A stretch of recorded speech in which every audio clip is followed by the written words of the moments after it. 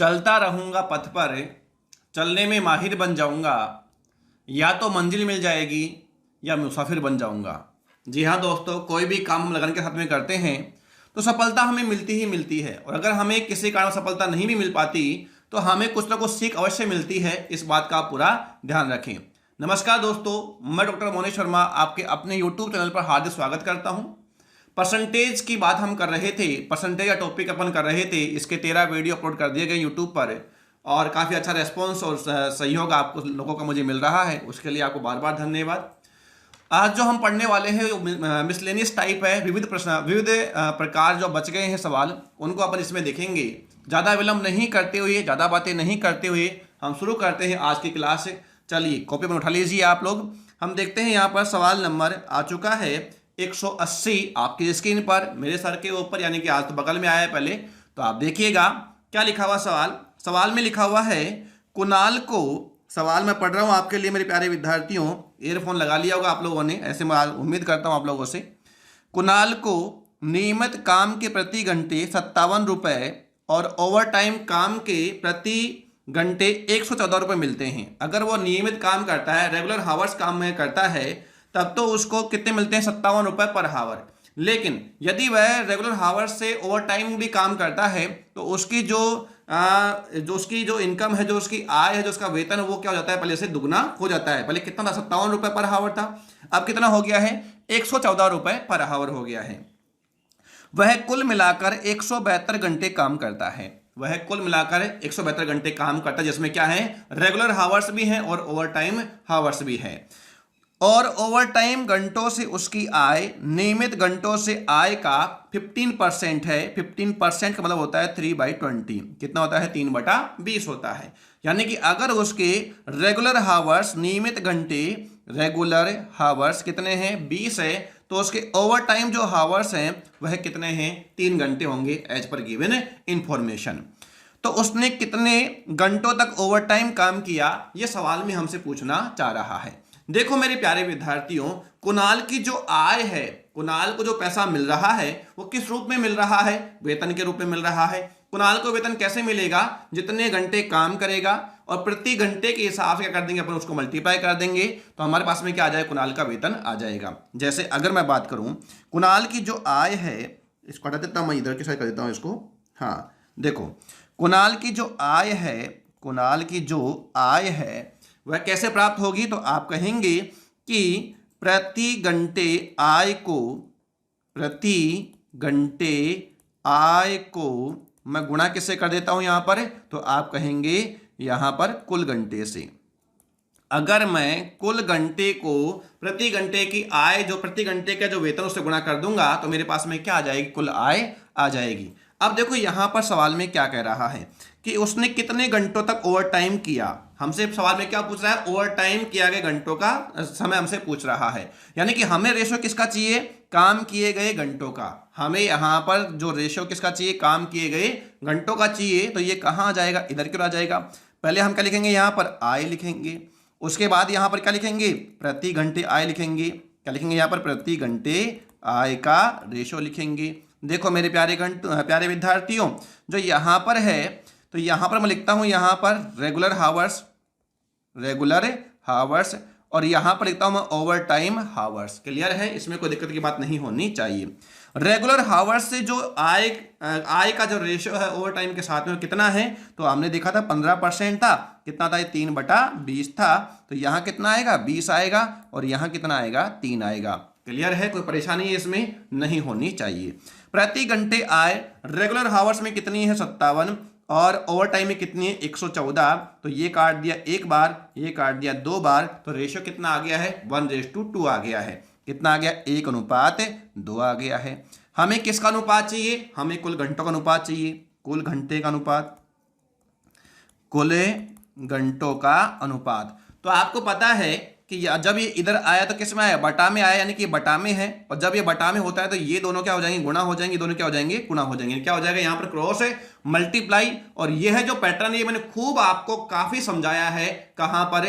खर्च खपत और बचत में जब हम बात कर रहे थे वहां पर ये पैटर्न मैंने काफी अच्छे समझाया है, तो आपको वहां पर एक बार दोबारा से देख लेना है। जो नए विद्यार्थी जुड़े हैं उनको पता नहीं किस तरीके से होता है, तो आप वहां पर देखें, हमने उस टाइप में सारा काम यही किया है पूरा का पूरा।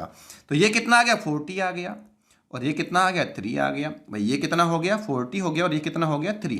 तो रेगुलर हावर्स और ओवरटाइम हावर्स के बीच में जो रेशियो है, जो अनुपात है, वह कितना निकल कर आ गया है 40:3। कितना आ गया मेरे प्यारे विद्यार्थियों 40:3 आ गया है। मुझे उम्मीद है कि यहां तक कोई भी दिक्कतें नहीं हो रही होगी। हमने क्या किया, हमने देखा कि कुणाल की जो आय है वो कैसे प्राप्त होगी कि प्रति घंटे की आय को यदि मैं कुल घंटे से गुणा कर दूं तो हमारे पास में क्या आ जाएगी, आय आ जाएगी। जैसे मान लीजिए किसी व्यक्ति की प्रति घंटे आय है 1000 रुपए, कितनी है 1000 रुपए, और यदि वह एक दिन में काम करता है 5 घंटे तो उसकी एक दिन की आय कितनी हो जाएगी 5000 रुपए हो जाएगी। कितनी हो जाएगी 5000 रुपए। हमने क्या किया, कुल घंटे को प्रति घंटे की आय से क्या कर दिया, हमने मल्टीप्लाई कर दिया, तो हमारे पास में क्या आ गया, यहाँ पर आय आ गई, एक दिन की आय आ गई है। क्लियर है। अच्छा, अगर वो बोल देता है कि अगर ओवर टाइम करता है तो 1000 रुपए की जगह उसको 1500 रुपए पर हावर मिलेंगे।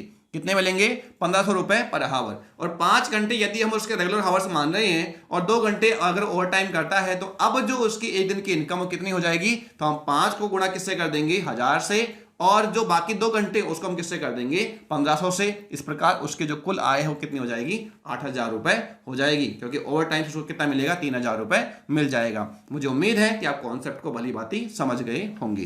तो यहां पर जो कुल घंटे का जो रेशियो आ गया है वह कितना आ गया है 40:3, और रेगुलर हावर्स में कितना आया है तो उसका रेशियो है 40, ओवर टाइम हावर से कितना आ गया है 3, तो 40 + 3 यानी कि 43 इज इक्वल टू कुल घंटे कितने यहां पर 172 है।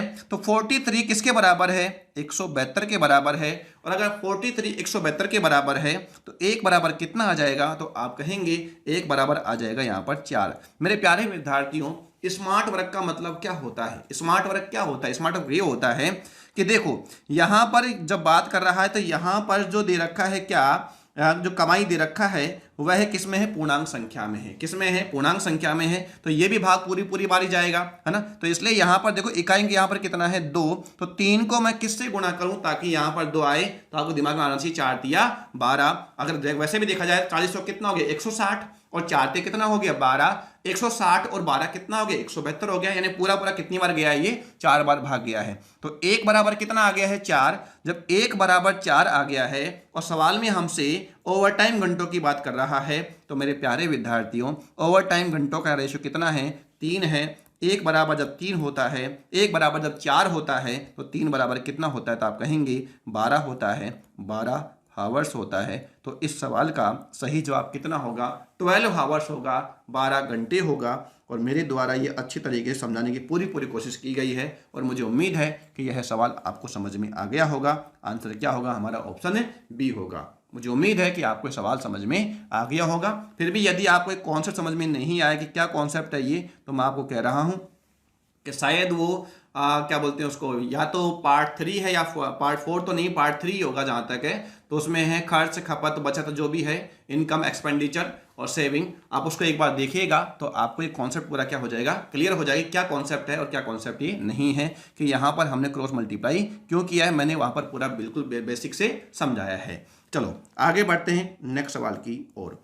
अगला सवाल आपके स्क्रीन पर बगल में आ चुका है। देखो मेरे प्यारे विद्यार्थियों लाइक कर दीजिए। देखो क्या दिया हुआ है, एक विद्यालय में 4800 विद्यार्थी हैं। एक विद्यालय में कितने हैं 4800 विद्यार्थी हैं। पिछले दिन में 9% लड़कों को छोड़कर सारे विद्यार्थी उपस्थित थे। पिछले दिन मतलब अगर हम पिछले दिन की बात करें तो 9% लड़कों को छोड़ दो, बाकी सारे के सारे जो विद्यार्थी वो क्या है उपस्थित थे। आज 7% लड़कियों को छोड़कर सारे विद्यार्थी विद्यालय उपस्थित हैं। यानी कि अगर 7% लड़कियों को छोड़ दिया जाए तो अब सारे के सारे विद्यार्थी क्या हुए हैं, उपस्थित हुए हैं। लेकिन दोनों दिन विद्यार्थियों की संख्या समान थी, यानी जितने विद्यार्थी कल थे उतने ही विद्यार्थी आज हैं। तो विद्यालय में लड़कों की संख्या ज्ञात करो। बहुत ही आसान सवाल में इसे कहूंगा, और मैं इसे आपको 2 तरीके से बताऊंगा। M1 is the basic concept और M2 is the smart work. ठीक है, तो हम बात करते हैं यहां पर पहले M1 की, उसके बाद हम बात करेंगे M2 से। चलो मेरे प्यारे विद्यार्थियों, मैं चलता हूं यहां पर आपको बेसिक समझाने की कोशिश करता हूं क्या है इसका बेसिक। देखो मैंने कहा कि अगर स्कूल में कुल विद्यार्थी कितने हैं 4800। कुल विद्यार्थी समझने की कोशिश कीजिएगा विद्यार्थियों, कुल विद्यार्थी कितने हैं तो आप कहेंगे 4800 हैं। उस विद्यालय में कुल विद्यार्थी कितने हैं 4800 हैं। उसमें छात्र कितने हैं तो हमने कहा कि माना लड़कों की संख्या हमने क्या मान लिया, x मान लिया। क्या मान लिया हमने, x के x क्या है, लड़के हैं। अगर x लड़के हैं तो मेरे प्यारे विद्यार्थियों आप बताइए लड़कियां कितनी हैं। तो आप क्या कहोगे कि कुल यदि 4800 थे उसमें से अगर x लड़के हैं तो लड़कियां कितनी बच जाएंगी, 4800 माइनस x बच जाएंगी। अब सवाल ने क्या कहा कि पिछले दिन 9% लड़कों को छोड़ दो तो सारे विद्यार्थी उपस्थित थे, तो लड़के का ये x हो गया, इसका 9% नहीं आया तो कितने आए, 91% प्रेजेंट रही। 91% प्लस लड़कियां तो पूरी आई होंगी जैसा कह रहा है सारे विद्यार्थी, तो इसका मतलब क्या होगी, लड़कियां कितनी थी 4800 माइनस x। यहां तक क्लियर है। ये सारी गणना किसकी है, पिछले दिन की है। अब आगे बढ़ते हैं। आज की बात मैं आपसे करूं तो आज क्या है, 7% गर्ल्स जो है वो एब्सेंट हैं और बाकी सारे जो स्टूडेंट्स हैं वो सब क्या है, परसेंट हैं। तो भाई यहाँ पे और ये कहा कि बराबर है तो बराबर लगा दिया मैंने। तो लड़के तो पूरे आए होंगे, लड़के तो क्या है, पूरे आए हैं। और लड़कियां जो है कितनी परसेंट, 7% लड़कियां हैं। कितनी, तो लड़कियां हैं 4800 माइनस x। ये टोटल क्या है, लड़कियां हैं। 7% नहीं आई तो कितनी आई, 93% आई। कितनी आई मेरे प्यारे विद्यार्थियों, 93% आई। तो कितना लगा दिया मैंने, 93/100 कर दिया। और दोनों दिन क्या थे यहाँ पर, विद्यार्थी संख्या क्या थी, बराबर। तो मैंने यहाँ पर पहले लगा दिया, क्या किसका चिन्ह लगा दिया मैंने, बराबर कर दिया। ये समीकरण को सोल्व करना है, आपको आंसर मिल जाएगा। क्या करना है, समीकरण को सोल्व करना है, आपको आंसर मिल जाएगा। तो चलिए मैं ही कर देता हूँ आपके लिए इसको सोल्व। तो यहाँ पर क्या आ गया है, तो आप कहेंगे यहाँ पर आ गया है 91x/100 प्लस ये कितना हो गया है, 4800 minus x/1 is equal to x/1 plus 4800 minus x/1। अच्छा, साथ साथ मैं यहाँ पे क्या कर दूँ, तो साथ साथ यहाँ पर हम मल्टीप्लाई भी कर लेते हैं। एक काम करते हैं, यहाँ मल्टीप्लाई भी कर लेते हैं। तो मल्टीप्लाई कर लेते हैं, तो मल्टीप्लाई करने पर मेरे प्यारे विद्यार्थियों यहाँ पर क्या आ जाएगा, तो यहाँ पर आएगा 4800 गुणा 93 माइनस 93x अपॉन कितना कर दोगे, 100 कर दोगे। ठीक है मेरे प्यारे विद्यार्थियों, देखो यहां पर हो गया 4800 गुणा 93, जो यानी मैंने इसको मल्टीप्लाई किया है इससे, तो अभी मल्टीप्लाई नहीं किया है मैंने, यहां पर इस तरीके से लिख दिया है। फिर मल्टीप्लाई करूंगा तो मेरे को यहां पर दिक्कत हो सकती है। दिक्कत क्या हो सकती है, टाइम लग सकता है। तो मल्टीप्लाई करने से अगर मुझे आंसर मिल रहा है तो ही हमें मल्टीप्लाई करना है। अगर आपको आंसर नहीं मिल रहा है तो आपको इस फॉर्म में रखेंगे तो अभी एक ही बात है, 100 गुणा 5 लिखो या 500 लिखो, एक ही बात है। क्या 100 गुणा 5 लिखकर भी आप सवाल को सोल्व करेंगे तो भी सवाल सोल्व होगा, और 500 अगर आपने गुणा कर दिया तो भी आपको सवाल सोल्व होगा ही होगा। तो इसलिए ऐसी कोई बात नहीं कि आप मल्टीप्लाई पहले करो, आप बाद में भी कर सकते हो अगर आपको वहां पर आवश्यकता पड़ रही है तो। अभी यहाँ पर इससे काम चल रहा है, चला के देखते हैं। अच्छा, अब यहाँ पर एलसीएम जो है वो कितना आ गया, तो 100 आ गया। देखो मेरे प्यारे विद्यार्थियों, ये कितनी बार गया, एक बार। तो ये तो कितना आ गया, 91x ही आ गया। कितना आ गया यहाँ पर, ये 91x आ गया। प्लस ये कितनी बार गया, 100 बार गया। तो कितना हो गया, 4800 गुणा 100 माइनस 100x बराबर, यहाँ भी कितना गया, 100 बार। तो किसका आ गया, प्लस का 100x आ गया। किसका आ गया, प्लस का 100x। प्लस कितना हो जाएगा, तो आपका होगी 4800 गुणा किससे कर दोगे, 93 से, माइनस कितना आ जाएगा, 93x आ जाएगा। क्लियर है। अब इस 100 का कोई मतलब है क्या, तो आप कहेंगे इस 100 का अब कोई मतलब नहीं है। थोड़ा सा पेशेंस रखो, धैर्य रखो। बेसिक समझना बहुत जरूरी होता है। जब तक कॉन्सेप्ट क्लियर नहीं होगा, जब तक बेसिक नहीं आएगा, तब तक आप कोई दूसरी चीज सीख भी जाओगे तो वहां जाकर अप्लाई नहीं कर पाओगे। जब बेसिक क्लियर होता है तो दूसरी चीजें अपने आप ही समझ में आ जाती हैं। जिस प्रकार एक मकान की नींव का होना बहुत जरूरी है, उसी प्रकार से सवालों का बेसिक जानना आपको बहुत जरूरी है। तो इसलिए आपको ये बताया जाता है। आप इसको एक फालतू के टाइम पास मत समझाओ, सर क्या टाइम पास करो, ये बहुत जरूरी है। जब तक बेसिक क्लियर नहीं होगा तब तक आप किसी चीज को आप सीख नहीं सकते। ये मान लीजिए वो ऊपर ऊपर बाहरी ज्ञान है, उससे कोई मतलब की बात नहीं है जब तक बेसिक क्लियर नहीं होगा। तो उसी के लिए मेहनत की जाती है, वरना मुझे कोई शौक नहीं है ये सब फालतू कैलकुलेशन करने की। अगर सवाल को देखा जाए तो मुश्किल से 20 सेकंड में अभी हल कर देंगे, सवाल को हम सोल्व कर देंगे, लेकिन बेसिक बताना जरूरी है। अगर हम मेहनत कर रहे हैं तो पूरी मेहनत करेंगे ताकि आपको पूरा फायदा मिल सके। ठीक है मेरे प्यारे विद्यार्थियों। तो चलो, इस 100 का कोई मतलब रह नहीं जाता। क्यों नहीं रह जाता? क्योंकि दोनों पक्षों का लेसेप लिया गया है। जब दोनों पक्षों का लेसेप लिया जाता है, उस लेसेप का कोई मतलब नहीं रह जाता है। अब देखो यहाँ पर ये कितना है, तो आप कहोगे कि अगर इस पक्ष की बात करूँ मैं, अगर इस पक्ष की बात करूँ तो यहाँ पर है कितना 100x किसका माइनस का, और यहाँ पर किसका है प्लस का 91x। तो यहाँ से कितना बच गया है, तो यहाँ से बच गया है माइनस का 9x बच गया है। कितना बच गया? माइनस का 9x। ठीक है, इधर देखो पहले एक्स की बात कर लेते हैं। यहाँ पर कितना है 100x और यहाँ पर माइनस का 93x, तो यहाँ पर कितना बच गया? माइनस का 7x बच गया है। इधर आने पे किसका प्लस का, इधर आने पे किसका हो जाएगा? माइनस का 7x हो जाएगा। ये तो गणना किसकी हो गई है? अपनी x वाली हो गई है। अब देखो यहाँ पर क्या है 4800 गुणा 100 है, और यहाँ पर कितना है 4800 गुणा 93 है। तो हम क्या कर देंगे यहाँ पर 4800 गुणा हम किससे कर देंगे? यहाँ पर 7 से कर देंगे, क्योंकि यहाँ पर कितना है 100 है और यहाँ पर कितना है 93 है। जब 4800 हम कॉमन लेंगे तो अंदर क्या बच जाएगा? 100 माइनस है 93, तो कितना बच जाएगा? 7 बच जाएगा। ठीक है मेरे प्यारे विद्यार्थियों, और जब ये इधर से इधर जाएगा तो किसका बन जाएगा? ये माइनस का भी बन जाएगा। ये बात भी आपको समझ में आनी चाहिए। तो ये देखो माइनस कितना हो गया? 16x हो गया, बराबर माइनस का 4800 गुणा किससे कर दोगे आप? 7 से कर दोगे। माइनस से माइनस कैंसिल करो, 16 से आप काटो इसको 3 बार, तो कितना आ गया? 300।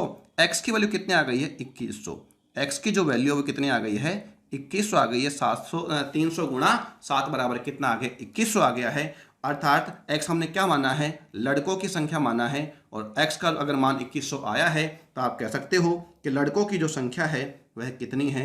2100 है। हमारे सवाल का जवाब क्या होगा? ऑप्शन बी होगा। मुझे उम्मीद है कि यह जो बेसिक है ये क्लियर हो गया होगा, ये समझ में आ गया होगा।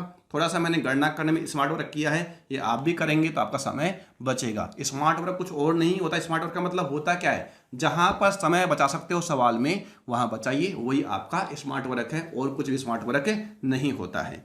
स्मार्ट वर्क का मतलब ये नहीं होता है कि आप ट्रिक से सवाल करो। स्मार्ट वर्क का मतलब क्या होता है कि जहां पर आप सवाल में समय बचा सकते हो, बस वहां पर आप समय बचाइए, वही आपका क्या कहलाएगा? स्मार्ट वर्क कहलाएगा। State clear? देखो हम करते हैं इसको M2 से, हम करते हैं इसको अब M2 से। देखो मेरे प्यारे विद्यार्थियों, एक बार मैं इसको हटा देता हूं। M2 बताता हूं मैं आपको। M2 क्या कहता है?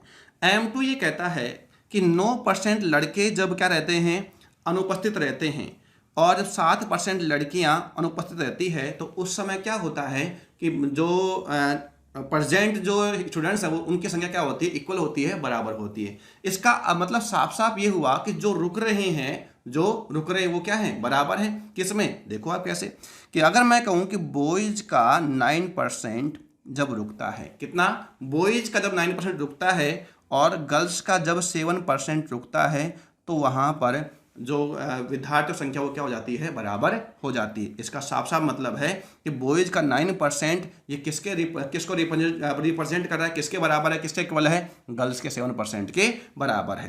तो परसेंट से परसेंट काटो, आप जानते हो ये आंतरिक पद और ये बाह्य पद। बॉयज अनुपात गर्ल्स का रेशियो आ चुका है कि तो बॉयज कितना है? यहाँ पर 7 है, और गर्ल्स कितना है? 9 है।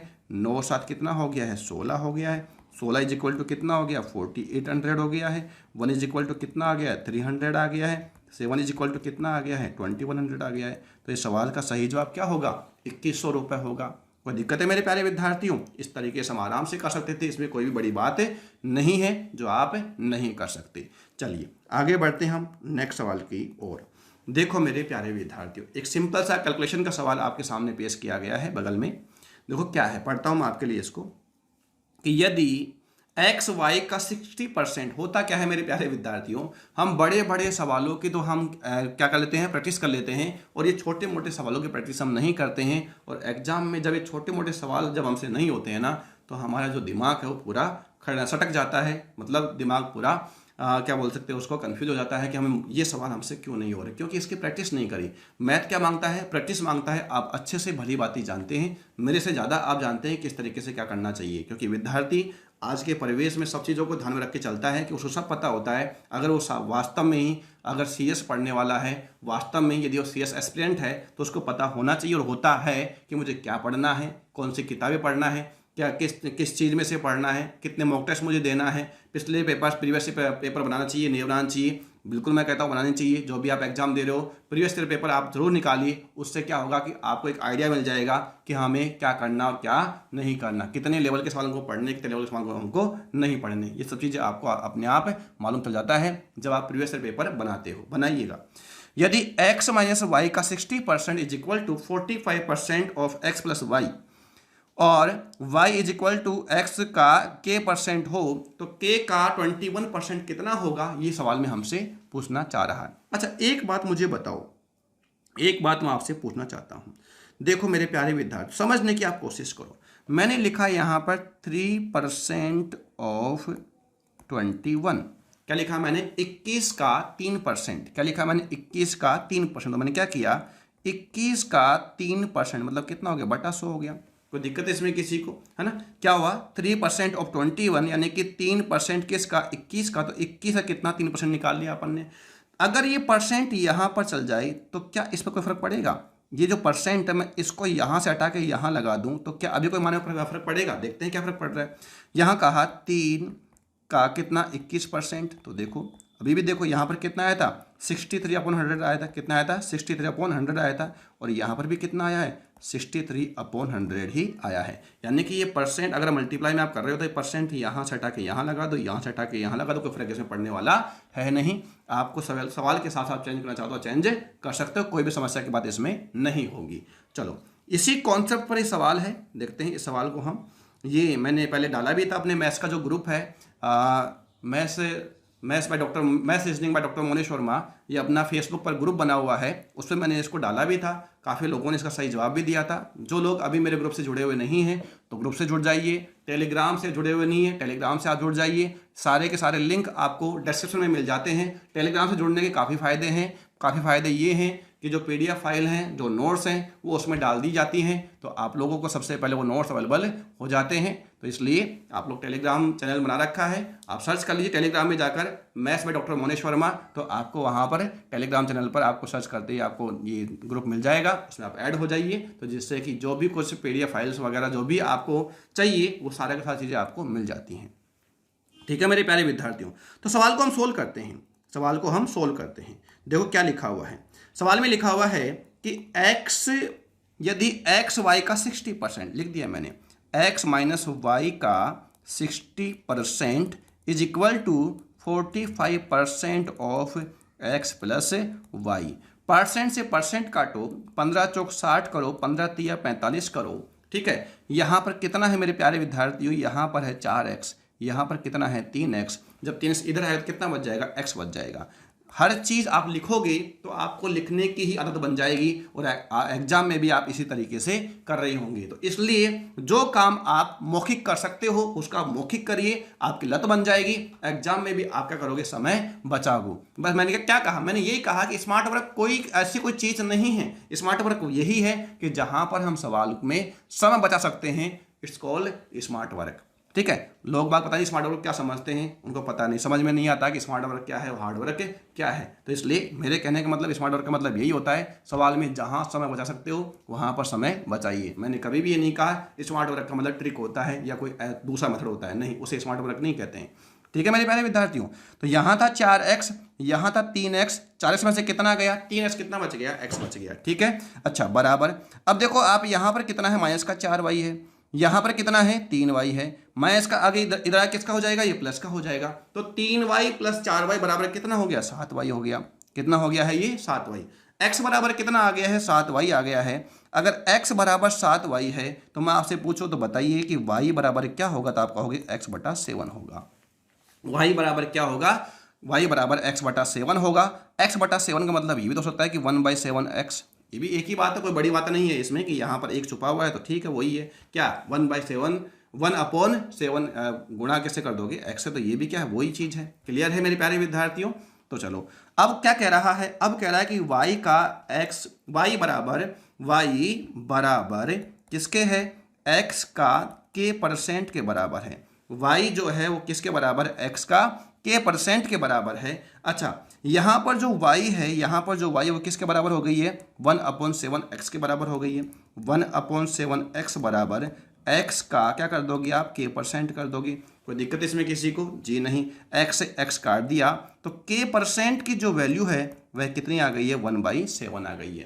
के परसेंट की जो वैल्यू कितनी आ गई, 1/7 आ गई है। सवाल ने क्या पूछा है, सवाल ने पूछा के का 21%। यहाँ पर वैल्यू किसकी है, के परसेंट की है, और यहाँ पर क्या लिखा हुआ है, के। इस परसेंट को मैं यहाँ लग देता हूँ, तो यानी पूछना क्या चाह रहा है, के परसेंट का 21, यही पूछ रहा है। क्या पूछ रहा है, के परसेंट का 21। के परसेंट का मतलब गुणा 21 इज इक्वल टू, के परसेंट की वैल्यू कितनी आ गई है, 1/7 आ गई है। गुणा किससे कर दोगे, 21 से कर दोगे। 7 या कितना आ गया, 21। तो इस सवाल का सही जवाब क्या होगा, 3 होगा। और ये मुझे कहाँ दिखाई दे रहा है, तो आप कहेंगे कि ये हमें ऑप्शन डी में दिखाई दे रहा है। यही क्या होगा, इस सवाल का सही जवाब होगा। आसान सवाल था, लॉजिकल सवाल था। जो बात मैं समझाने की कोशिश कर रहा था वो बात यही थी कि परसेंट को आप इधर से हटा के इधर लगा सकते हो, इधर से हटाकर इधर भी लगा सकते हो, कोई फर्क इसमें पड़ने वाला है नहीं। इसके लिए आप अलग से काम ना करें कि हमें यहाँ पर क्या चाहिए, के, और यहाँ वैल्यू किसके आ गई, के परसेंट क्या गई है, और आप इधर से हटा के यहाँ पर 100 का भाग लगा गुणा करें, उसको फायदा होने वाला नहीं है। क्योंकि आपको सवाल में समय बचाना होता है और आप बचाइए। बढ़ते हैं आगे नेक्स्ट सवाल की ओर। देखो मेरे प्यारे विद्यार्थियों, सवाल नंबर 183 आ चुका है आपके बगल में, स्क्रीन के बगल में। क्या लिखा हुआ है, कहीं आप ढूंढो कि बगल में मतलब का, देखो कहीं बगल में कहाँ आ गया, बगल का मतलब है कि मोबाइल में मेरे बगल में आ गया है ना। तो क्या है, एक कक्षा में 60%, एक कक्षा में 60%, देखो मेरे प्यारे विद्यार्थियों, एक कक्षा में 60% छात्र लड़कियां हैं और बाकी लड़के हैं। यानी बाकी कितने हैं, 40% है, तो बाकी कितने हैं, 40%। चलो ठीक है, पढ़ते हैं।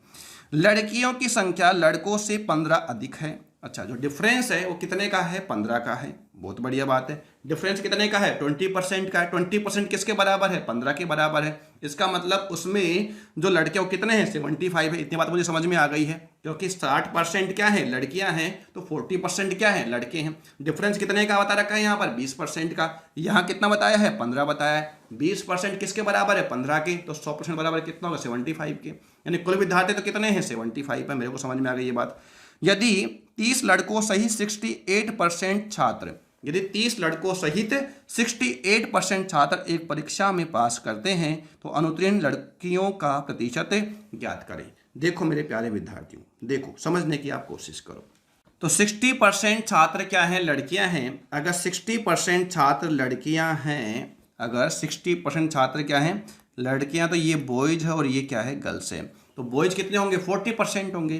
तो रेशो कितना आ गया, 2:3 आ गया। कितना आ गया, 2:3 आ गया है। इनमें जो डिफरेंस है बॉयज और गर्ल्स में, अगर गर्ल्स 3 हैं तो फिर लड़के कितने हैं, यहाँ पर 2 हैं। अंतर कितने का है, 1 का। यह 1 किसके बराबर, सवाल में 15 के बराबर है। 1 बराबर कितना आ गया, 15। अगर 1 बराबर 15 है तो 2 बराबर कितना होगा, 30, और 3 बराबर कितना होगा, 45। तो टोटल स्टूडेंट्स कितने आ गए यहाँ पर, 75 आ गया। यहाँ बात मैंने किसकी करी, आप टोटल स्टूडेंट्स की बात मैं आपसे कर रहा हूँ। अच्छा, अब इसमें से क्या बोला गया है, 30 लड़कों सहित 68% छात्र परीक्षा में पास करते हैं।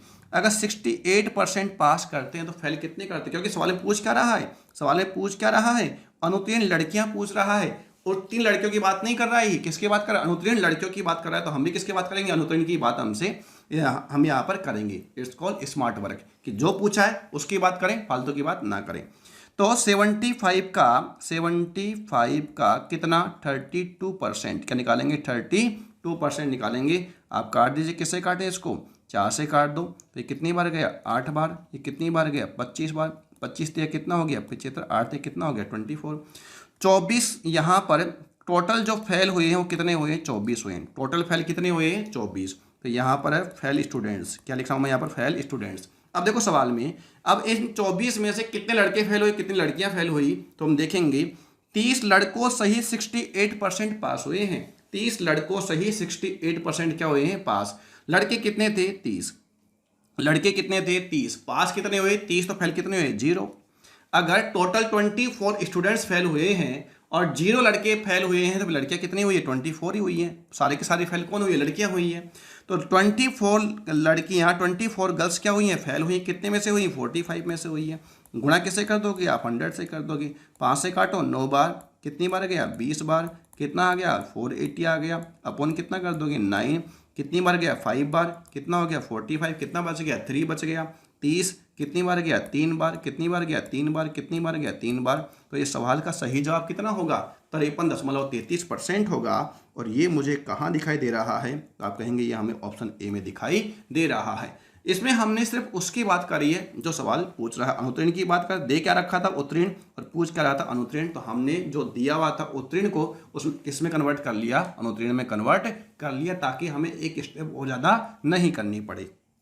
चलो मेरे प्यारे विद्यार्थियों आगे बढ़ते हैं, नेक्स्ट सवाल आ चुका है। देखो 2010 में एक लाइब्रेरी में 2 श्रेणियों में कुल 11,500 किताबें थी और इन श्रेणियों के नाम दे रखा है क्या, फिक्शन और नॉन फिक्शन।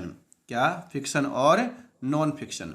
2015 में लाइब्रेरी में इन 2 श्रेणियों में कुल 12,760 कितना, 12,760 पुस्तकें थी। यानी कि पहले कितनी थी, 11,500, अब कितने हो गई, 12,760। तो वृद्धि कितने की हुई है, तो आप कहोगे वृद्धि यहाँ पर हुई है 1260 की। ठीक है मेरे प्यारे विद्यार्थियों। अच्छा, इस अवधि के दौरान फिक्शन श्रेणी में 10% की वृद्धि हुई है और नॉन फिक्शन में 12% की इंक्रीज हुआ है, वृद्धि हुई है। 2015 में लाइब्रेरी में कितनी फिक्शन किताबें थी, ये सवाल में आपसे पूछना चाह रहा है। तो मेरे प्यारे विद्यार्थियों पहले हम देखते हैं कि ओवरऑल इंक्रीज कितना हुआ है, कुल वृद्धि यहाँ कितनी हुई है। तो कुल वृद्धि हुई है 1260 की और यह वृद्धि किस पर हुई है, तो आप कहेंगे 11,500 पर हुई है। गुणा किससे कर दोगे, 100 से, 2 0 से 2 0 काट दो आप यहाँ पर, अब काट दो यहाँ 5 से कितनी बार गया, ये 23 बार गया और ये कितना आ गया, 252 आ गया है क्या, जी हाँ, कितना आ गया है, 252 ही आ गया है। ठीक है, तो यहाँ पर कितनी बार गया, 252 बार गया, यहाँ पर कितनी बार गया, 23 बार गया, तो कितना आ गया, 252/23% आ गया है। जो कुल वृद्धि हुई है वो कितनी हुई है, 252/23% की। चलिए करते हैं अब सवाल को हम शुरू। देखो मेरे प्यारे विद्यार्थियों, यह बात करता है फिक्शन और नॉन फिक्शन की बात कर रहा है। किसकी बात कर रहा है, फिक्शन और नॉन फिक्शन की बात करता है। फिक्शन में वृद्धि कितने की हुई है, तो आप कहोगे 10% की हुई है। नॉन फिक्शन वृद्धि कितने की हुई है, तो आप कहोगे यहाँ 12% की हुई है। कितने की हुई है, 12% की। और इस प्रकार कुल वृद्धि ओवरऑल जो इंक्रीज है, कुल वृद्धि कितने की है, तो हमने देखा था पिछले कितना देखा, 252/23%। तो यहाँ पर कितना आ जाएगा, 252 बटा कितना लिख दोगे, 23% लिख दोगे। कोई दिक्कत है इसमें किसी को, जी नहीं। अब क्या करेंगे, अब हम यहाँ पर हम यहाँ पे क्या करेंगे कि परसेंट से परसेंट क्या कर दो, आप निकाल दो। चूंकि यहाँ पर नीचे कितना है, 23 है, तो मल्टीप्लाई किससे कर दो, 23 से, मल्टीप्लाई किससे कर दो, 23 से, मल्टीप्लाई किससे कर दो, 23 से। कोई दिक्कत इसमें नहीं। तो 23 से 23 कैंसिल हो गया, तो 23 दूनी 46 हो गया, कितना बच गया, 4, और 23 और 4 कितना हो गया, 27 हो गया, 276 हो गया। कोई दिक्कत है, जी नहीं। अच्छा, ये कितना है, 230 है, 230 है ये। तो अब क्या करेंगे, अपने आप ही वज्र बाकी करेंगे। क्या करेंगे मेरे प्यारे विद्यार्थियों, वज्र बाकी करेंगे। तो 276 में से गया 252, तो कितना बच गया, 24 बच गया। कितना बच गया है, 24 बच गया है। 252 में से गया 230, तो कितना बच गया है, तो आप कहोगे 22 बच गया है। कितना बच गया है, 22। तो ये कितना आ गया, 12, और ये कितना आ गया है, 11। जो रेशियो है नॉन फिक्शन और फिक्शन का वो कितना है, 11:12 है। या यूं कहो फिक्शन और नॉन फिक्शन का रेशियो कितना आ गया, 12:11 आ गया है। तो 12 और 11 कितना आ गया, 23। 23 किसके बराबर है, 11,500 के बराबर है। 23 किसके बराबर, 11,500 के बराबर है। एक बराबर कितना आ जाएगा, 500 आ जाएगा। 23 5 115 होता ही है। एक बराबर 500 है, तो 12 बराबर क्या हो जाएगा, 12 5 60 कितना हो जाएगा, 6,000 हो जाएगा। यानी फिक्शन किताबें कितनी थी, 6,000 थी। फिक्शन किताबें कितनी थी, 6,000। लेकिन पूछ कब की रहा है, 2015 में पूछ रहा है। फिक्शन किताबें में वृद्धि कितने की, 10% की हुई है। तो 10%, 6,000 का 10% कितना हो गया, 600 हो गया। कितना हो गया विद्यार्थियों, 600। तो 2015 में फिक्शन किताबें कितनी होंगी, तो 2015 में फिक्शन किताबें कितनी थी, 6,600 थी। और यह 2011 में यह किताबें कितनी थी, तो आप कहोगे 6,000 थी। कोई दिक्कत है इसमें किसी को, जी नहीं। तो यहाँ पर कितना गया, 6,600। और ये मुझे कहाँ दिखाई दे रहा है, तो आप कहेंगे ये मुझे ऑप्शन ए में दिखाई दे रहा है। उम्मीद है कि आपको समझ में आ गया होगा। बढ़ते हैं नेक्स्ट सवाल की ओर।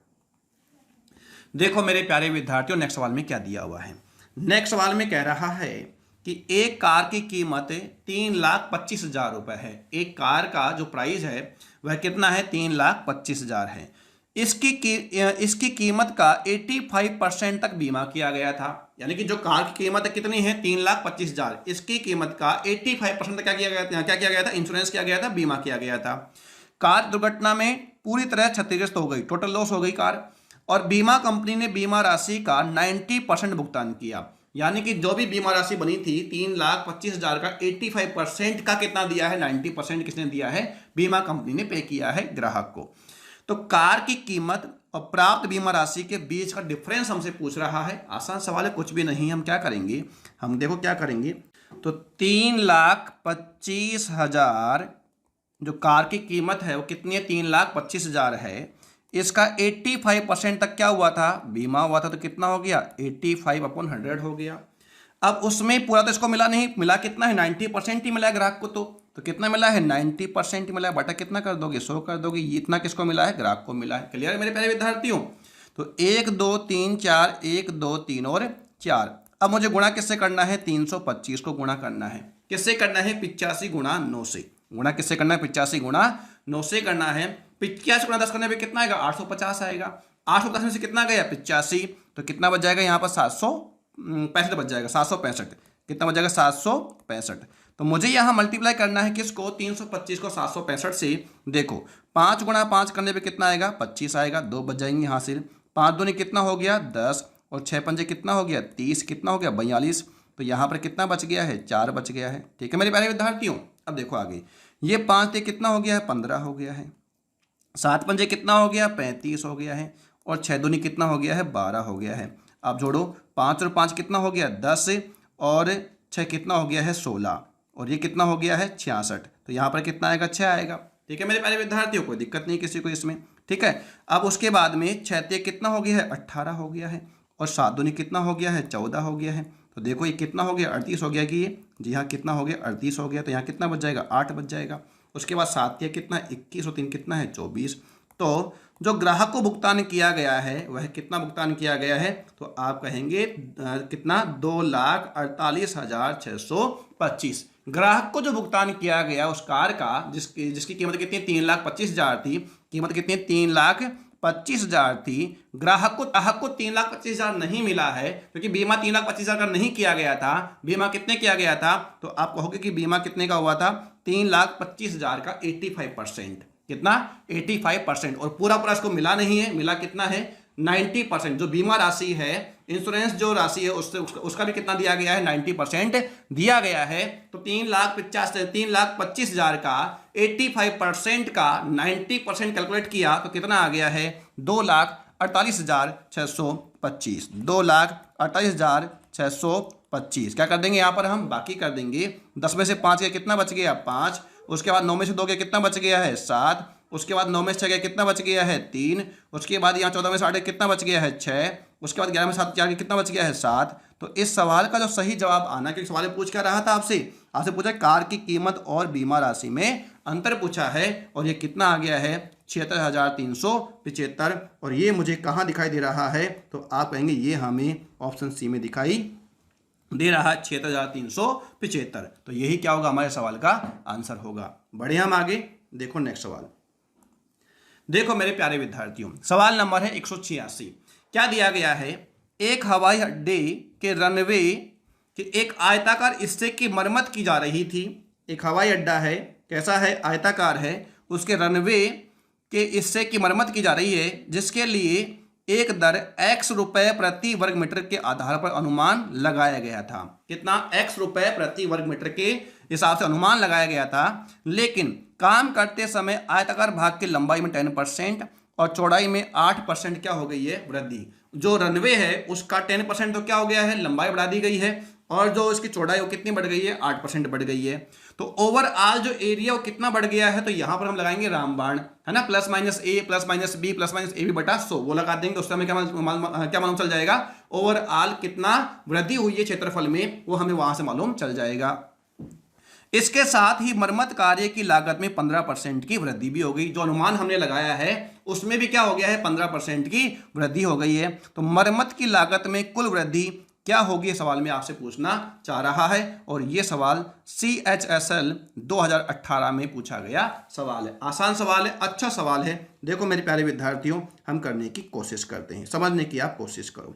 देखो मैंने कहा कि हमें निकालना क्या है, यहाँ पर ओवरऑल इफेक्ट निकालना पहले तो plus minus A plus minus B plus minus A B बटा कितना कर दोगे आप, 100 कर दोगे।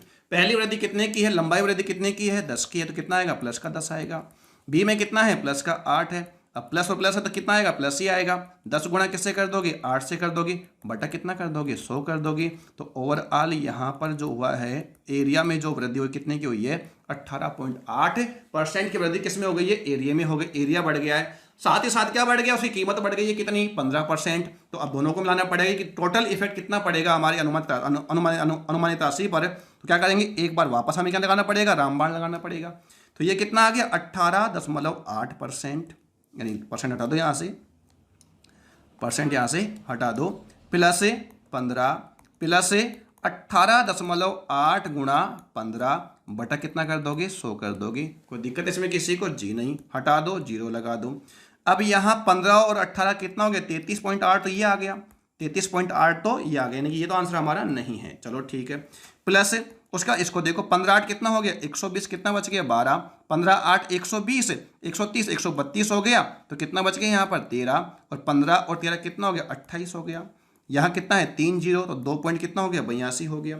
तो 2.82 यहाँ पर देख लो, 2.82, 2 6 6 और 3। तो इस सवाल का जो सही जवाब होगा वह कितना हो जाएगा, 36.62% ओवरऑल क्या हो जाएगा, टोटल वृद्धि हो जाएगी। जो आपने वहां पर सोचा था उससे आपको 36.62% ज्यादा पैसा खर्च करना पड़ेगा। तो सवाल में पूछ भी यही रहा था कि बताइए मरम्मत की लागत में कुल प्रतिशत वृद्धि क्या थी, तो कितनी आ गई है, 36.62% आ गई है। और ये मुझे कहाँ दिखाई दे रहा है, तो ये मुझे ऑप्शन ए में दिखाई दे रहा है। इस सवाल का सही जवाब क्या होगा, ऑप्शन ए होगा। 2 बार रामबाण लगाया गया है क्योंकि एक बार वहां पर एरिया में वृद्धि हो रही है तो टोटल एरिया निकाल लिया, एरिया कितना बढ़ गया, टोटल वहां पर 18.8% बढ़ गया है। फिर चूंकि वहां पर प्राइस में भी क्या होगी, वृद्धि हो गई है, तो दोनों को मिलाने पर ओवरऑल जो वृद्धि हुई कितनी की हुई है, 36.62%। बढ़ते हैं आगे। देखो मेरे प्यारे विद्यार्थियों, एक अच्छा सवाल आपके सामने आपके स्क्रीन पर आ चुका है, स्वागत करिए आप इसका। एक व्यक्ति का मासिक वेतन 1,50,000 था। कितना था मेरे प्यारे विद्यार्थियों, मासिक वेतन है भाई साहब, काश मेरा भी इतना ही हो जाए। कितना बता रखा है, एक व्यक्ति का मासिक वेतन कितना है, 1,50,000। वह इसको 3 मदों पर खर्च करता है। व्यक्तिगत और पारिवारिक व्यय को ई से रिप्रेजेंट कर रहा है। एक वो कर करता है यानी कर देता है, और एक परोपकार करता है यानी उसको अपन पी कह रहे हैं। और शेष क्या है, उसकी बचत है, शेष क्या है, उसकी सेविंग है। बोला गया है ई उसकी आय का 50% था। ई मतलब क्या, जो पारिवारिक व्यय है, एक्सपेंसेस है, वो कितना है, 50%। जो टी है, जो टैक्स है, वो एक्सपेंसेस का कितना परसेंट है, 20% है। और पी टी का 15% था। जब उसके वेतन में 40% की वृद्धि हुई तो उसने ई के प्रतिशत में कोई परिवर्तन नहीं किया, लेकिन टी ई का 30% हो, टी ई का 30% हो गया, और पी टी का 20% हो गया। उसकी बचत में कितने प्रतिशत की कमी या वृद्धि हुई, ये सवाल में हमसे पूछना चाह रहा है। अच्छा लेवल का सवाल में से कहूंगा, बहुत शानदार सवाल है। लीजिए करते हैं हम। सवाल तो पढ़ ही लिया आप लोगों ने मेरे साथ में। देखो इसको कर देते हैं छोटा और करते हैं सवाल को सोल्व। देखो मेरे प्यारे विद्यार्थियों, समझने की आप कोशिश करो। मैं कह रहा हूं कि इस व्यक्ति की जो आय है, इस व्यक्ति की जो मासिक वेतन दे रखा है, कितना दे रखा है, 1,50,000। इससे तो मुझे कोई मतलब ही नहीं है, क्योंकि सारी बात किस में कर रहा है, ये सारी बात परसेंटेज में कर रहा है। अगर यहाँ 5 लाख भी देता तो मुझे कोई फर्क पड़ने वाला यहाँ पर था नहीं। तो यहाँ पर 1,50,000 उसको तो आप भूल जाओ। मान लीजिए आय उसकी कितनी है, 1,000 है। कितनी है उसकी आय, 1,000 है। अब आय उसकी 1,000 है, तो ये जो ई है, ये जो ई है वह कितना है, 50%, यानी कितना है, 500 है। समझ रहे मेरी बात को। जो ई है वह कितना बता रखा है, 50%। टी ई का 20%, टी जो है वो ई का 20% का मतलब 1/5, यानी कितना है, 100 है। कितना है, 100 है। फिर क्या बोला है, टी ई का 20% था और पी टी का 15%। पी जो है वह टी का 15% मतलब कितना था, 15 था। 100 का 15% कितना होगा, 15 होगा। ठीक है। अब क्या कह रहा है, अब ये कह रहा है कि यदि उसकी आय बढ़ जाती कितनी, 40%। कितनी बढ़ गई है, 40%। तो ये कितना हो गया, उसकी आय कितनी हो गई है, 1400 हो गई है। 400 बढ़ गई नहीं मेरे प्यारे विद्यार्थी, कितनी हो गई है, 400। तो ई के प्रतिशत में कोई परिवर्तन नहीं करता है, अर्थात ई पहले कितना था 50% था, अब भी कितना होगा 50% होगा। बस यही बात थी इसमें सवाल में समझने की कि कोई परिवर्तन नहीं करता। इसका मतलब कि जितना खर्चा पहले का उतना ही खर्चा अब कर रहा अपनी आय का। पहले अपनी आय का यहाँ पर ई पर कितना खर्च कर रहा था 50%, अभी भी कितना करेगा 50%, तो कितना कर देगा यहाँ 700 कर देगा। कितना कर देगा मेरे प्यारे विद्यार्थियों 700 कर देगा। फिर क्या बोला है, लेकिन टी ई का 30% हो गया, टी ई का 30%, जो टी है वो ई का 30%, ये 700 का 30% कितना होगा 210 होगा। कितना होगा 210 होगा। टी ई का कितना हो गया है 30% हो गया, 210 हो गया है। पी टी का 20%, पी जो है टी का 20%, यानी कितना हो गया 42 हो गया है। कोई दिक्कत इसमें किसी को होनी भी नहीं चाहिए। ये कहानी मुझे उम्मीद है कि आपको समझ में आ गई होगी। दोबारा देख लो एक बार, मैंने क्या कहा, मैंने यहां पर कहा कि माना उसकी आय कितनी है 1000, ई पर कितना खर्च करा था 50%, कितना हो गया 500। जो टी है वो ई का कितना है 20% है, 500 का 20% कितना हो गया है 100 हो गया है। पी टी का कितना परसेंट है 15% है, 100 का 15% कितना हो गया 15 हो गया है। आय कितनी बढ़ गई, तो आय बढ़ गई 40%, कितनी हो गई है 1400 हो गई है। यहां पर ई की परसेंटेज में कोई परिवर्तन नहीं किया गया है। पहले भी इनकम का ई कितना था 50% था, तो अब भी कितना होगा इनकम का ई 50% होगा। कमा कितना रहा है हमारे हिसाब से 1400 कमा रहा है, तो कितना आ गया यहाँ पर 700 आ गया है। आप सोच रहे हो कि सर यहाँ पर डेटा दे रखा था 1,50,000, तो आपने 1000 क्यों माना। डेटा हम कुछ भी मान सकते हैं कैलकुलेशन कम करने के लिए, वहां पर कैलकुलेशन करोगे तो फंस जाओगे, टाइम लग जाएगा। क्या मतलब, उससे कोई फर्क ही नहीं पड़ता। अच्छा, फिर ये जो टी है वो ई का कितना है 30% 30% है, तो 700 का 30% कितना हो गया 210 हो गया। और फिर क्या कहा पी टी का कितना है 20% है, तो कितना आ गया 42 आ गया। अब आप देखो सवाल में क्या कह रहा है, उसकी बचत में कितने प्रतिशत की कमी या वृद्धि हुई। आप देखो पहले उसकी जो सेविंग है वो देखना पड़ेगा हमें। यहां पर 500 600 615 वो खर्च कर देता है, 615 वो खर्च कर देता है, तो कितना बचा रहा होगा, आप कहोगे 385 बचा रहा होगा। 1000 रुपए वो अगर उसकी आय थी, 1000 रुपए अगर उसकी आय थी, तो वह खर्च कितना कर दे तीनों पर खर्च कर दिया है 500 100 और 15 615 खर्च कर दिया। कितने में 1000 में से, तो कितना बच गया 385। अच्छा, अब कितना कमा रहा है ये, तो अब कमा रहा है यहाँ पर 1400। कितना कमा रहा है 1400, और 1400 में से अब ये खर्च कितना कर दे, तो आप कहोगे यहाँ पर 700 952, कितना खर्च कर दिया है 952 अगर ये खर्च कर दिया है, तो बचा कितना रखा होगा, बचा कितना लिए यहाँ पर। अगर मैं देखूँ यहाँ 500, तो कितना हो गया 1400, लेकिन कितना है, तो आप कहोगे 400 और कितना कहोगे 48, कितना कहोगे 448 कह दोगे। यानी कि पहले कितना था 385, अब कितना है 448, तो वृद्धि हुई है। वृद्धि कितने की हुई है, तो आप देखो 485 में से कितना गया 488 में से कितना गया 385 गया, तो कितना बच गया यहाँ पर 3 बच गया। यहाँ 14 में से 8 गया, कितना बच गया 6। तो 63 की क्या हुई है वृद्धि हुई है, और ये वृद्धि किस पर हुई है 385 पर हुई है। गुणा किससे कर दोगे, आप 100 से कर दोगे। अब देखो मेरे प्यारे विद्यार्थियों, कट रहा है तो आप काट लो, नहीं 5 से कट रहा है तो 5 से काट लो। देखो 5 से कट रहा है, 7 से कट रहा है, 7 से कट रहा है ये। देखो 7 पंजे कितना आ गया 35, 7 पंजे कितना आ गया 35, और ये कितनी बार गया 9 बार गया। ठीक है मेरे प्यारे विद्यार्थियों, ये कितनी बार गया 11 बार, ये कितनी बार गया 20 बार गया। 9 दूनी 18 कितना आ गया 180 बटा कितना कर दो 11, 11 एकम कितना आ गया 11, कितना बच गया यहाँ पर 7 बच गया, 11 6 66 आ गया, कितना बच गया यहाँ पर 4। तो हमारे हिसाब से सवाल का जो सही जवाब होगा वह कितना हो जाएगा 16.4% क्या हो जाएगी वृद्धि हो जाएगी। कितनी हो जाएगी 16.4% की क्या हो जाएगी वृद्धि हो जाएगी। मुझे उम्मीद है कि ये सवाल आपको समझ में आ गया होगा। आसान था, आसान तरीके से किया है मैंने, 2 बार पहले से समझा दिया कैलकुलेशन को, तो वो आप कर लीजिएगा। बढ़ते हैं हम नेक्स्ट सवाल की ओर। देखो मेरे प्यारे विद्यार्थियों क्या कह रहा है सवाल। सवाल ये कह रहा है कि प्रत्येक दिन एक आम विक्रेता अपने स्टॉक का आधा हिस्सा बेच देता है। प्रत्येक दिन एक आम विक्रेता, फ्रूट विक्रेता है जो आम बेचता है, वह अपने स्टॉक का आधा हिस्सा बेच देता है। रात्रि में गर्मी अधिक होने के कारण स्टॉक का 10% भाग खराब हो जाता है। जितने भी उसके पास बचते हैं बेचने के बाद, जो बचे रहते हैं रात में 10% क्या हो गए हैं खराब हो गए हैं। जैसे मान ली 200 आम उसके पास में थे, 100 उसने बेच दिया, आधा बेच दिया 100 बेच दिया। 100 बेचने के बाद में रात में कितने खराब हुए 10%, यानी 10 आम खराब हो गए, तो कितने बच गए, अगले दिन कितने बचेगा ये 90 बेचेगा। अच्छा, यदि 3 रात्रियों में कुल 1983 आम खराब हो गए, तो ज्ञात करो कि प्रारंभ में उसके पास कितने आम थे। यानी कि यह 3 रात की बात ही कर रहा है। कितने रात की बात कर रहा है 3 रात की। देखो उसके पास में कुछ भी आम था, मान लीजिए X आम थे, अब उसका आधा आम बेच दिया, और 10% आम क्या हो गए, खराब हो गए। तो कितने बच गए उसके पास में, 90%, 9/10 हो गया। उसके बाद वापस कितना बेच दिया, आधा बेच दिया, कितना रह गया, 90% रह गया। फिर इनका आधा बेच दिया, कितना रह गया, 90% रह गया। तो मुझे यहाँ पर आम, मैं यहाँ आम कितना मानूं ताकि मेरा कैलकुलेशन क्या रहे, कम से कम हो। तो मुझे यहाँ पर जो हर है उसका कर ले लूँगा मैं, यहाँ पर इनको मल्टीप्लाई कर दूंगा सबको।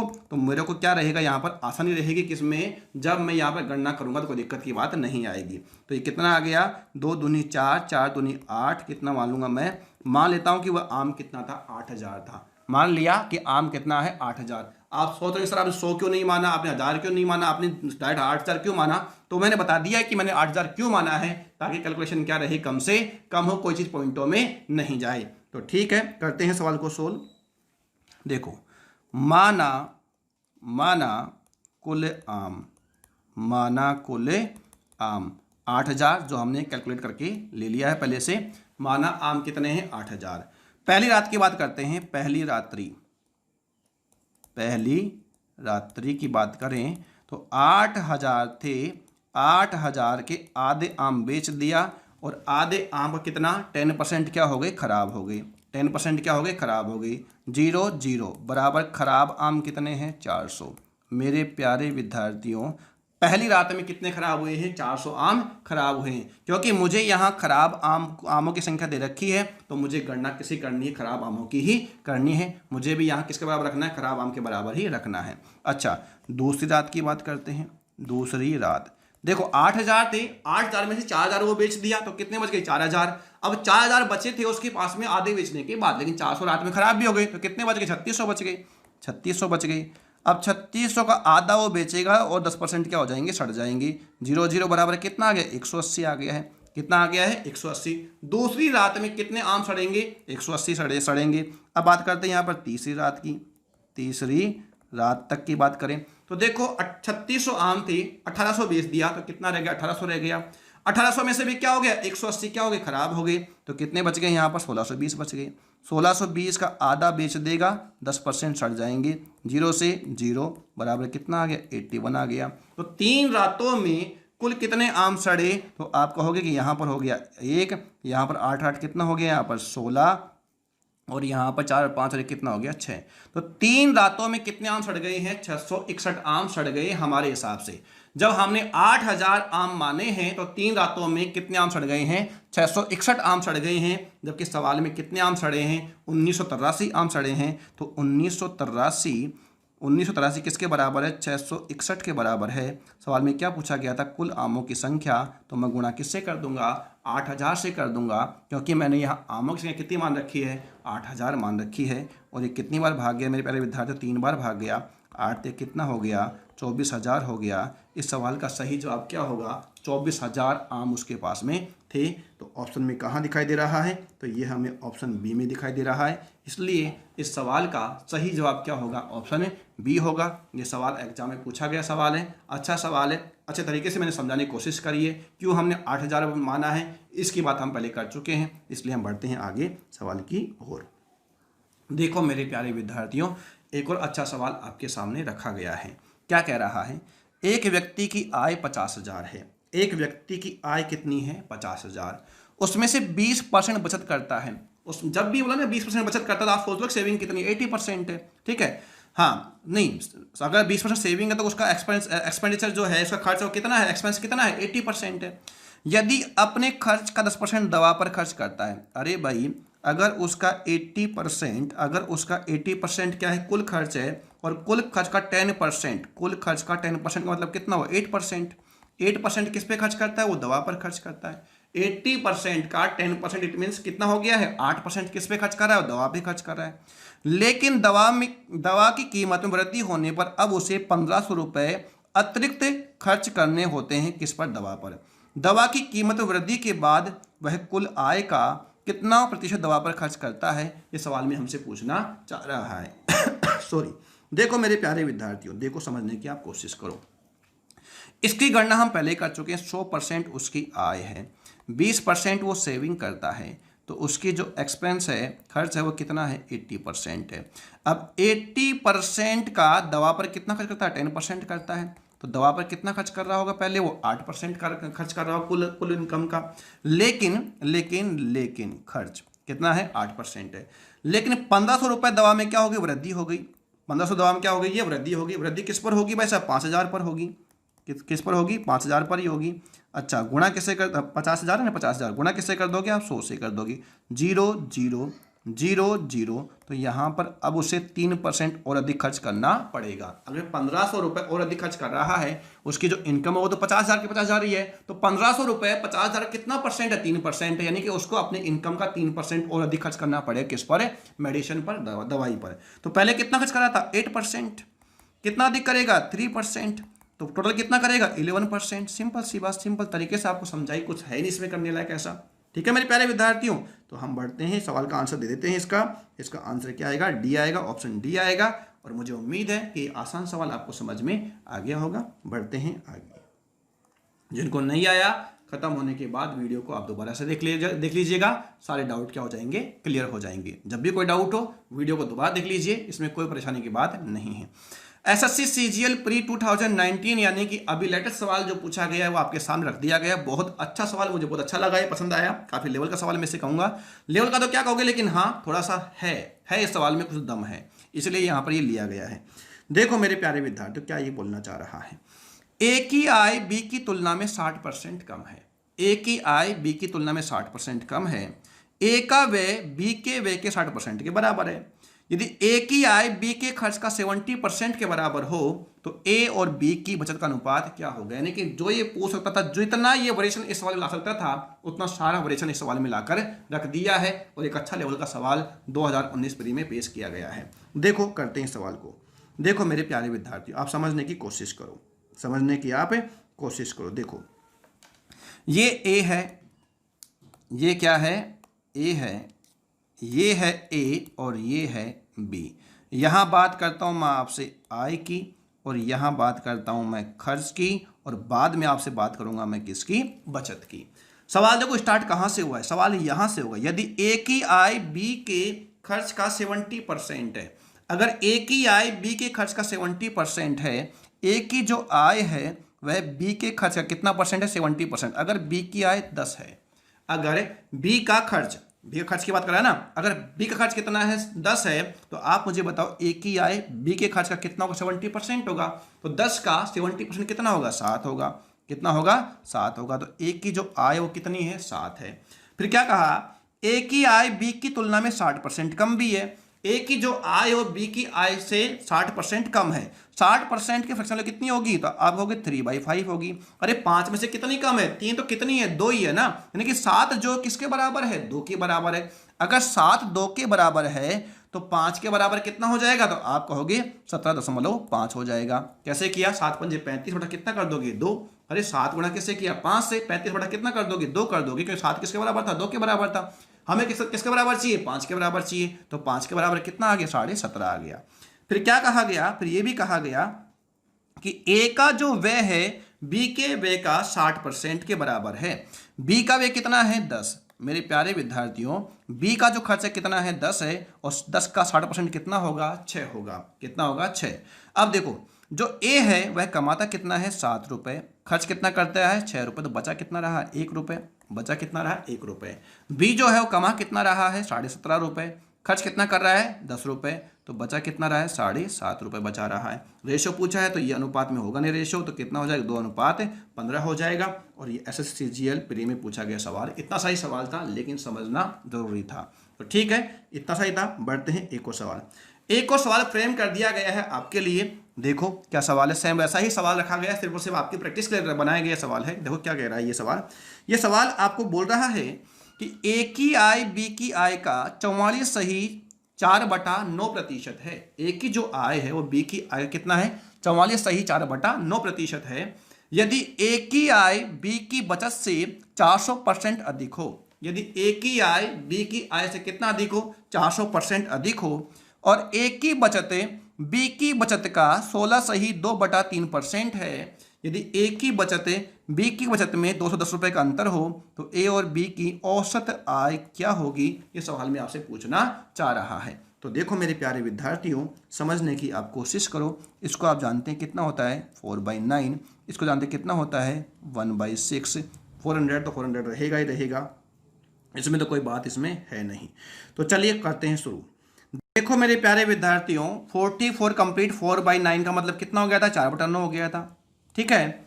और 400% का मतलब कितना हो गया, 4/1 हो गया। ये तो ए की आई अगर कितनी है 4 है, ए की बी की वजह कितनी है, अगर 1 है तो ए की आई कितनी हो जाएगी, 5 हो जाएगी।